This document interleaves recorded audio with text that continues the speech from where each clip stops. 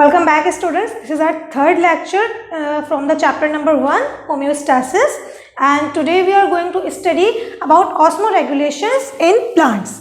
Osmoregulation in plants के हवाले से प्लांट को कितनी कैटेगरीज में डिवाइड किया जा सकता है, आज हम ये स्टडी करेंगे प्लांट टाइप्स।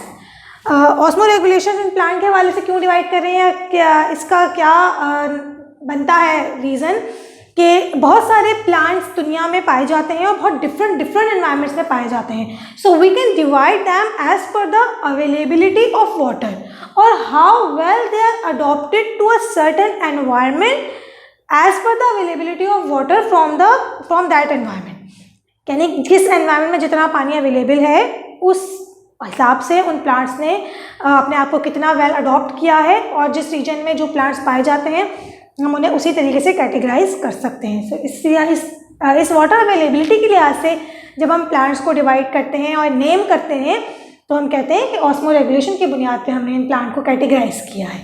तो इस वाटर अवेलेबिलिटी के लिहाज से जब हम डिवाइड करते हैं तो इतनी टाइप्स बनती हैं, hydrophytes, mesophyte, xerophyte and halophytes.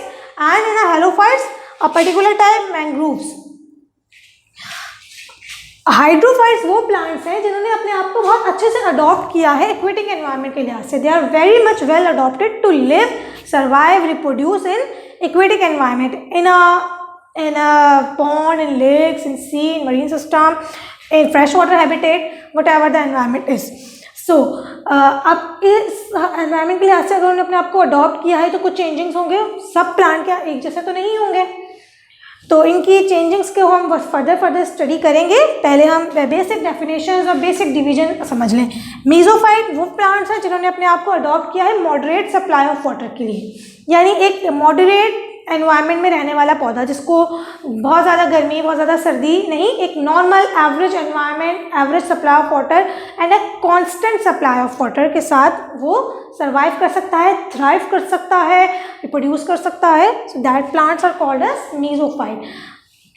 Xerophytes वो प्लांट्स हैं जो कि अडॉप्टेड हैं ड्राई हैबिटेट्स। ड्राई हैबिटेट्स यानी आपके डेजर्टेड एरियाज, वहाँ जहाँ पे पानी बहुत कम होता है, तो ऐसे प्लांट्स जो उन एरियाज में रहे उन्हें हम जीरोफाइट्स कहते हैं। इसको हम ड्राई हैबिटेट को हम ये भी कहते हैं कि जीरिक एनवायरनमेंट। हेलोफाइट्स वो प्लांट्स हैं जिन्होंने अपने आप को अडॉप्ट किया है सेलाइन सॉइल्स के लिए। अब सेलाइन सॉइल्स आपको माइट पॉसिबल आपने ये टर्म पहली बार ही सुनी हो। बहुत सारी ज़मीन की इकसाम है, सॉइल की इकसाम है दुनिया में। तो कुछ सॉइल ज़मीन दुनिया में ऐसी हैं, कुछ प्लेसेस ऐसी हैं जहाँ पे नमक की मिकदार नॉर्मल से ज़्यादा होती है।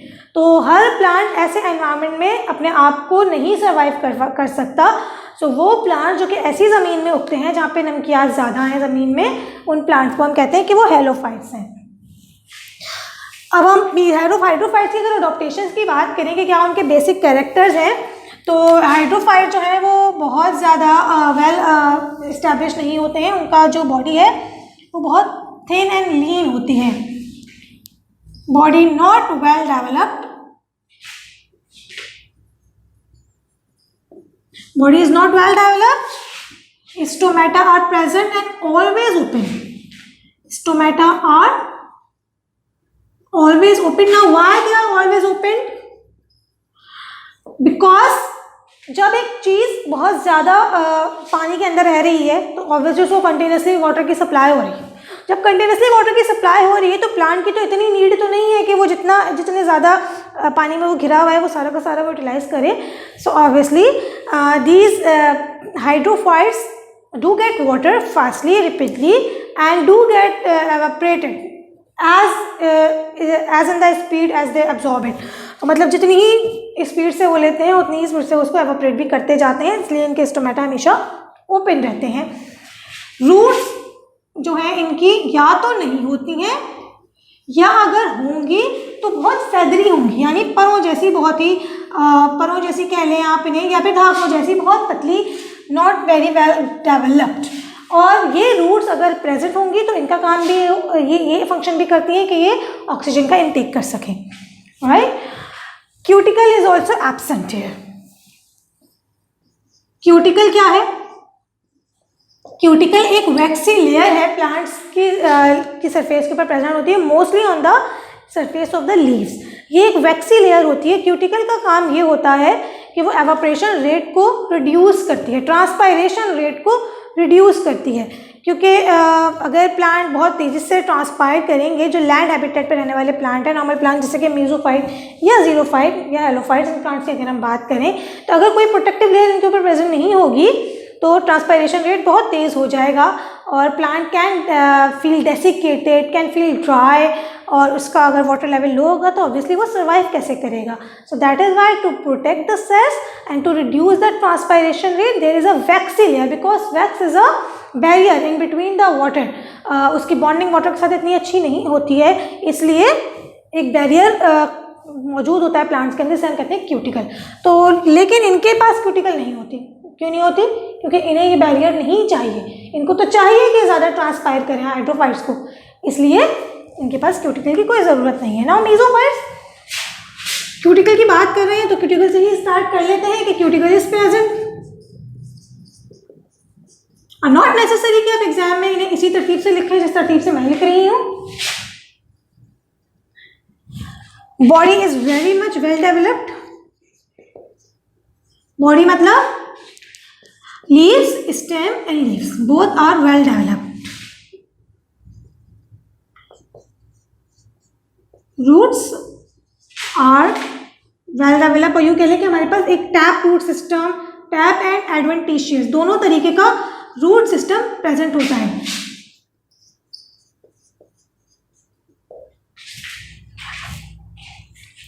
Along with that, stomata are also present and mostly they are present on the lower surface. On the lower surface of leaves.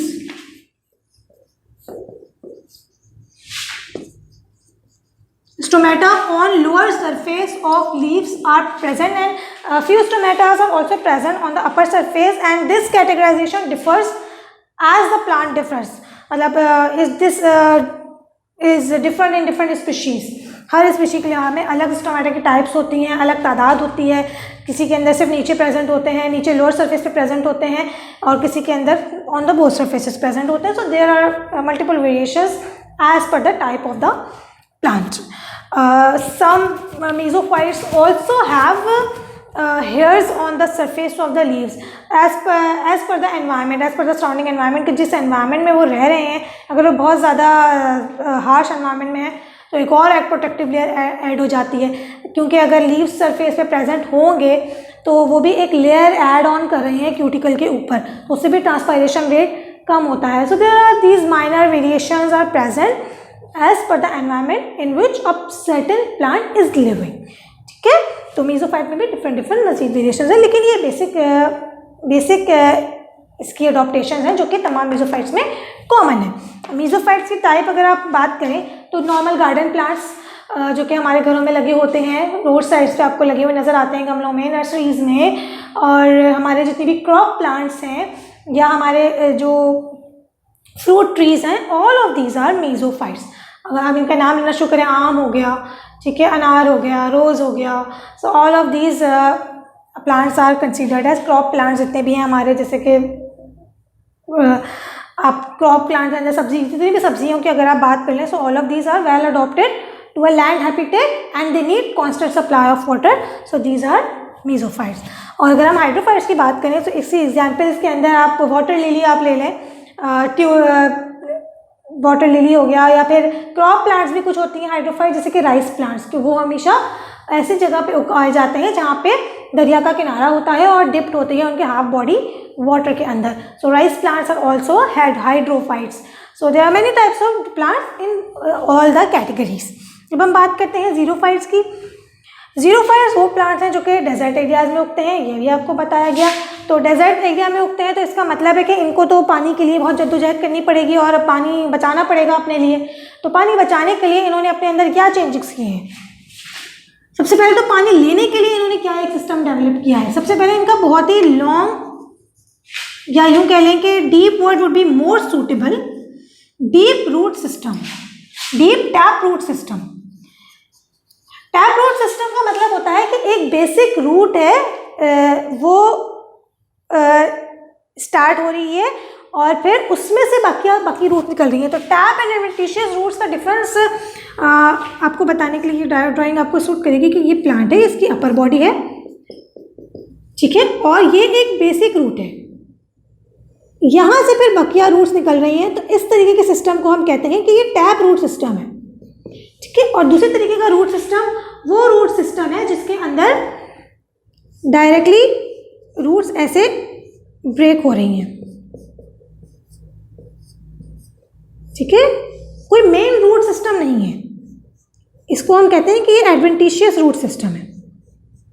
So xerophytes have actually a very deep tap root system जो कि मजीद expand हो रहा होता है। इसके साथ साथ इनके पास अपर सरफेस के लिए एडवेंटिशियस रूट्स भी होती हैं, या यूँ कह लें कि सरफेस रूट्स भी प्रेजेंट होती हैं जो कि बिल्कुल सतह के साथ लगी हुई होती हैं। सो इन दोनों रूट्स का काम क्या होता है कि डीप रूट सिस्टम का तो काम ये है कि ये दूर तक ज़मीन में पेनिट्रेट कर जाएं और जो वाटर रेजर्वोयर्स प्रेजेंट हैं ज़मीन के अंदर वहाँ से पानी को खींच के अपनी ज़रूरत पूरी कर सकें। और ये जो सरफेस रूट्स या little bit adventitious root system जिसके पास प्रेजेंट होता है, उसका काम ये होता है कि जो ड्यू रात में जमा हुई है सरफेस के ऊपर, ज़मीन के ऊपर इन द डेजर्ट, वो उसको तेज़ी से अपने अंदर एब्जॉर्ब कर ले ताकि ये वाटर ज़ाया ना हो। क्योंकि ड्यू का मतलब कतरों का बनना, शबनम का बनना, ओस का बनना सहरा में एक बहुत ही कॉमन फिनोमेना है जो कि नॉर्मली पाया जाता है। और डेजर्ट में क्या नॉर्मल एनवायरनमेंट में भी होता है, तो डेजर्ट में इसको प्लांट बहुत अच्छे तरीके से इसको यूटिलाइज करते हैं। जैसे ही वो ओस जमा होती है वैसे ही इनकी tap adventitious root system, surface root system इसको तेज़ी से एब्जॉर्ब कर लेता है ताकि अपनी वाटर रिक्वायरमेंट्स को पूरा कर सके। फर्दर इनके पास जो है वो स्टोमेटा जो है वो संकिन होते हैं। संकिन स्टोमेटा का मतलब कि जो सरफेस है लीफ की उसके अंदर ये बिल्कुल दबे हुए होंगे और इनके सराउंडिंग में लीव्स इनको हाफ, लीव्स के जो पैरेन्काइमेटस सेल्स हैं वो इनको हाफ कवर्ड किए हुए होंगे। और स्टोमेटा के साथ इस तरीके से स्टोमेटा का स्ट्रक्चर कुछ ऐसा होता है।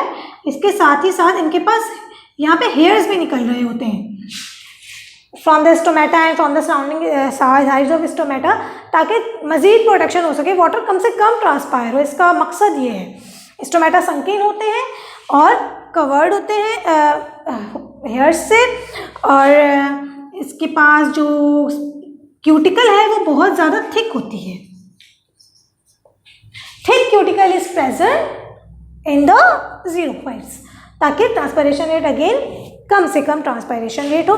अगेन अलॉन्ग विद दैट इनके पास स्पंजी टिश्यूज प्रेजेंट होते हैं इन द स्टेम और इन द लीव्स। जो भी वो ज़ीरोफाइट का अडॉप्टेशन है बेसिक, उस हिसाब से इनके पास ये चीज़ प्रेजेंट होती है। सम टाइम तो इनका स्टेम ही स्पंजी नेचर का हो जाता है, यानी जो पैरेन्काइमेटस के जो सेल्स हैं इनके बीच में आपको बहुत ज़्यादा गैप्स से मिलेंगे ताकि वो अपने अंदर वाटर को स्टोर कर सकें। इसी एग्जाम्पल अब लेंगे एलोवेरा से। वाटर एक लिक्विड फॉर्म में, जेल लाइक फॉर्म में उसके अंदर स्टोर रहता है ताकि प्लांट को डेसिकेशन का सामना ना हो, प्लांट को ड्राइनेस का सामना ना हो, मर ना जाए पानी की कमी से, ठीक है। इसी स्पंजी टिश्यूज़ के साथ साथ ज़रूरी नहीं कि स्टेम कन्वर्ट हो, कुछ लीव्स होते हैं स्पंजी नेचर के, ये एक अडॉप्टेशन है। अलॉन्ग विद दैट जो इनके लीव्स हैं वो चेंज हो जाते हैं स्पाइन्स में ताकि अगेन ट्रांसपायरेशन रेट कम से कम हो। Spines and thorns are present in the xerophyte, it is a very common factor. Halophytes वो प्लांट्स हैं जो कि सलाइन एनवायरनमेंट में रहते हैं। अभी आपको बताया गया तो बहुत सारे टाइप के सॉइल्स ज़मीन में प्रेजेंट होते हैं, sodium chloride, magnesium chloride and magnesium sulphates. these are common salts that are normally present in saline environment. So जो प्लांट्स इनमें ग्रो करते हैं उन्हें हम हेलोफाइट्स कहते हैं। और इन प्लांट्स की बेसिक अडॉप्टेशंस यही होती हैं, कुछ इनके कैरेक्टर्स मीजोफाइट से मैच करते हैं और कुछ इनके कैरेक्टर्स ज़ीरोफाइट से मैच करते हैं कि इनके पास भी थिक क्यूटिकल होती है और स्टोमेटा इनके मीजोफाइट की तरह प्रेजेंट होते हैं on the lower surface, upper surface and both, and very normal well adopted root system.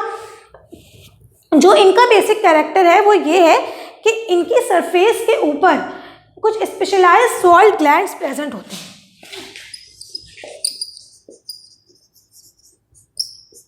ये सॉल्ट ग्लैंड्स का काम ये होता है कि अपने अंदर सॉल्ट को जमा कर लें, जो भी वाटर के साथ मिक्स होकर रूट में एंटर हो रहा है वो सॉल्ट इनके अंदर एक्यूमुलेट हो जाते हैं सॉल्ट ग्लैंड्स में और फिर ये बर्स्ट आउट करके अपना सॉल्ट रिलीज आउट करते हैं। इनकी एग्जांपल आपको मिलती है मैंग्रोव्स में भी कि ये ट्रीज़ की एग्जांपल्स हैं।